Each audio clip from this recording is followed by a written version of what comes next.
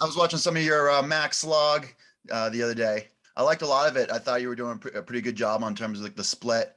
Um, and I know we were talking about what's important in terms of like overhead training and things like that.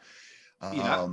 But one thing I like to emphasize with my people that I help out or I preach is that a good kind of bend in the hips along with the knees when you're doing like the dip, especially on the log, because the log kind of tends to push people forward.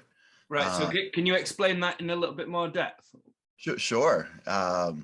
So generally getting into a good bend. So very similar to that of like an Olympic lifter. You almost want to do a kind of like a quarter front squat in terms of a dip, and that dip is like almost compressing a spring, ready to kind of explode up.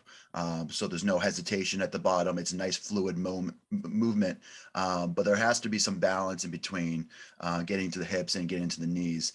Sometimes when I see people doing all too much of a knee bend, it tends to either push the log forward, push the energy transfer backwards. So keeping everything kind of in a line and straight, very similar to that of like an Olympic lifter, is kind of like I think the model to go with for any good dip going into a jerk.